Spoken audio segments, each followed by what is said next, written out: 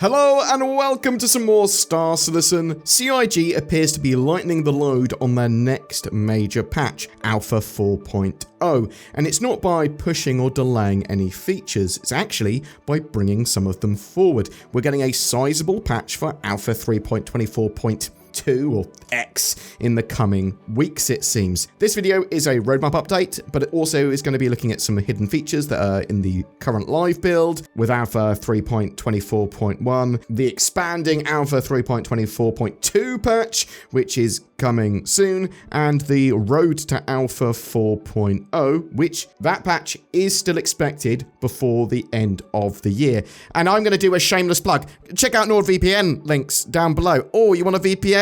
Click on those links. It helps support the channel. Also, consider becoming a channel member with the join button. Now, back to the video. Let's start with the features that are being pulled into Alpha 3.24.x, assumedly Alpha 3.24.2 from Alpha 4.0. So we've got those new cave archetypes. Both acidic and rock caves are coming to the Stanton system, but also they're going to be in Pyro once we have it. Acidic caves are adorned with luminous pools of water and dramatic stalactites and stalagmites. These caves provide a captivating setting for exploration, FPS missions, missing person missions, and more. There's also rock caves illuminated by bioluminescent mushrooms, providing a unique atmosphere. So yeah, expect these to make use of all of the other missions that are currently being used in sand caves. The current archetype that we have, potentially new types of mission will appear there based on those new kind of mechanics that are coming with engineering and the ability to repair and move cargo in potentially different ways. You can expect these to appear as new caves on appropriate planets and moons,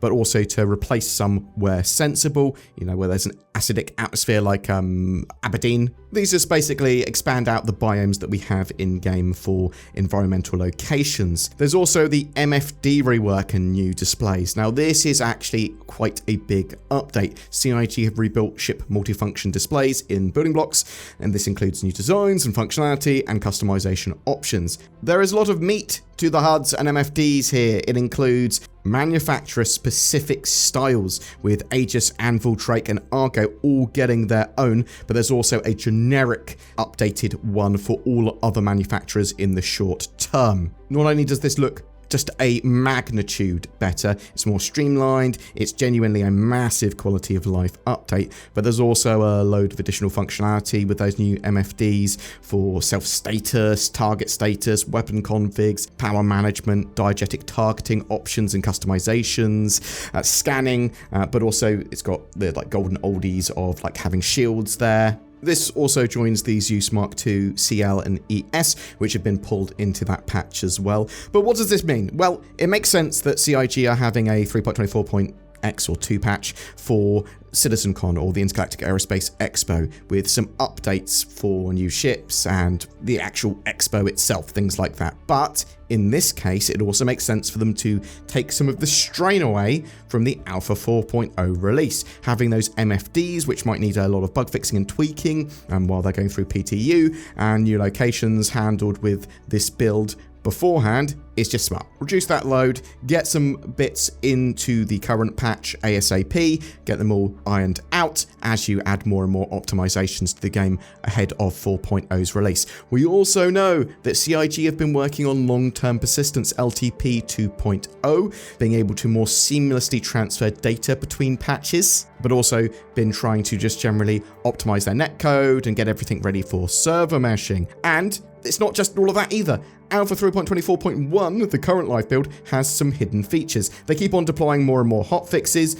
RMQ is on, so this is the replication message queue that replaces the network message queue, which was having bottleneck problems and lots and lots of issues with interaction delays, network spam, stuff like that. With Cloud Imperium saying this new adaptation of the network message queue allows us to listen far more to information requested by players, such as opening doors, equipping items, etc., which further reduces delay. This has just been switched on for 3.24.1 now. They were testing it a bit and they went, yeah, let's put it in. Now, this is important because it works in tandem with the server meshing stuff and a load of the other network optimizations that they've got planned. And it was a relatively stealth release of it. They're also running things like Blockade Runner, gathering data and getting optimizations for that, which will just help in general.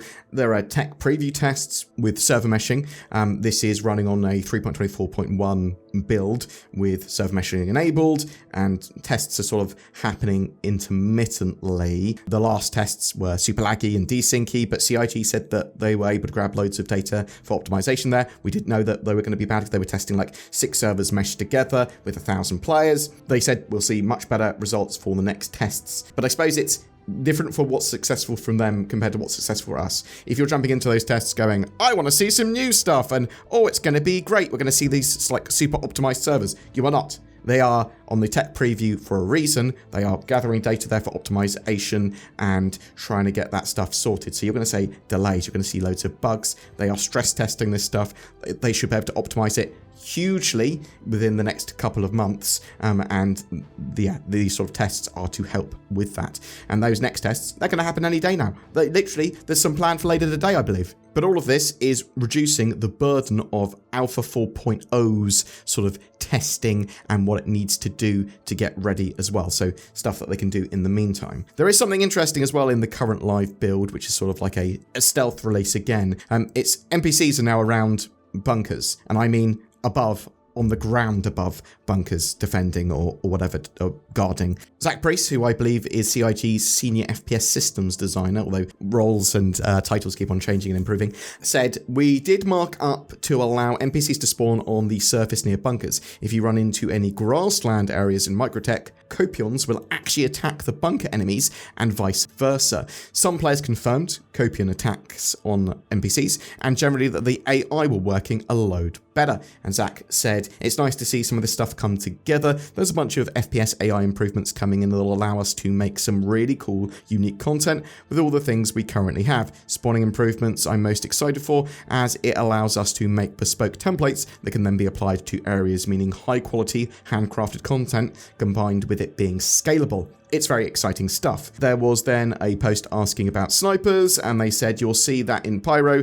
We showed off some of the combat areas in Pyro with large watchtowers. They'll be manned, but they're going to be sort of relatively low damage weapons, so you'll be able to take a few more hits because they don't want you to get too tapped by RNG accuracy. It seems a bit unfair, they said, since NPCs and players have the same damage output, or at least potential for it. He went on to say, when looking at balance and intention for those weapons, the bread and butter for snipers is mainly aim down sights time, projectile speed, damage fall off, weapon specific balancing. Does it take one hit to take out a light/medium, since damage profiles massively change with even a basic injury? There was another question here as well. Any chance we'll see NPCs with railguns soon to defend these sites? Probably not in stance and in the short term, but more complex encounters with railgun specific enemies that focus on dealing with vehicles/ships is planned. We've worked on NPCs targeting and responding to ships a fair bit recently, since it's very different to targeting humans. A lot of recent focus on responsiveness and stability for FPS AI in 3.23/3.24, which has showed up in a pretty big way. Still a good amount to go, but enough to where the experience is consistent. Bunkers are my least favourite places of all possible FPS encounters to showcase the AI, but they are the most common. He did then go on to say, it's always a tough choice with us debating one-hit snipers, two-hit snipers, and glint versus no glint. Just letting it play out and play the game more with it before we decide what we want to do is always a hotly contested topic in work chats as well. They are working on ammo management and finding ammo for NPCs as well, but in the short term, they're looking at fake reloads. I know some of that sort of was a little bit off topic from what we were talking about, but it was all in the same thread, and I did want to talk about it. It will be stuff that's coming into the game, potentially with 4.0, I suppose. Now, talking about 4.0, there is a ton of features, and that patch is still expected by the end of the year. Cloud Imperium saying, yes, planned for the end of the year, or by the end of the year.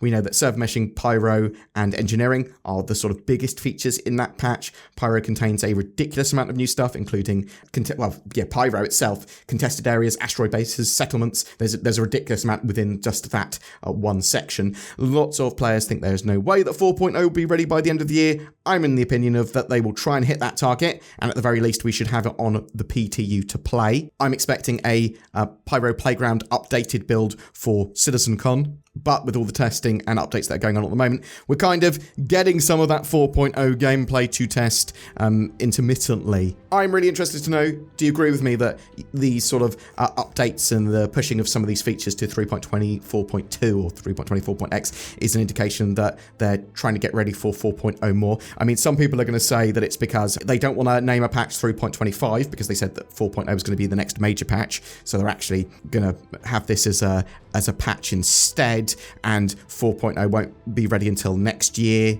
and these features moving into this patch is an actual indicator of that instead. I mean, the truth is we don't know. We don't know until we actually have it in our hands. We know that CIG's target and intention is to have 4.0 by the end of the year, but do you think that is realistic and viable? Have you been playing 3.24.1 with the new sort of missions and the blockade runner stuff? What are you thinking of that patch with the hotfixes in? Has it fixed most of your issues, or are you having a great time now? Is it still unplayable for you? Are you excited for 3.24.2 with the Zeus Mark II and the new MFD reworks? I think they actually are really good, those MFD reworks. What do you think of them? They look absolutely fantastic, in my opinion. We've needed something like that for ages. But whatever your thoughts or questions, I would love to hear from you in the comments below, including what you're most excited for Alpha 4.0, and do you think it will actually release by the end of the year?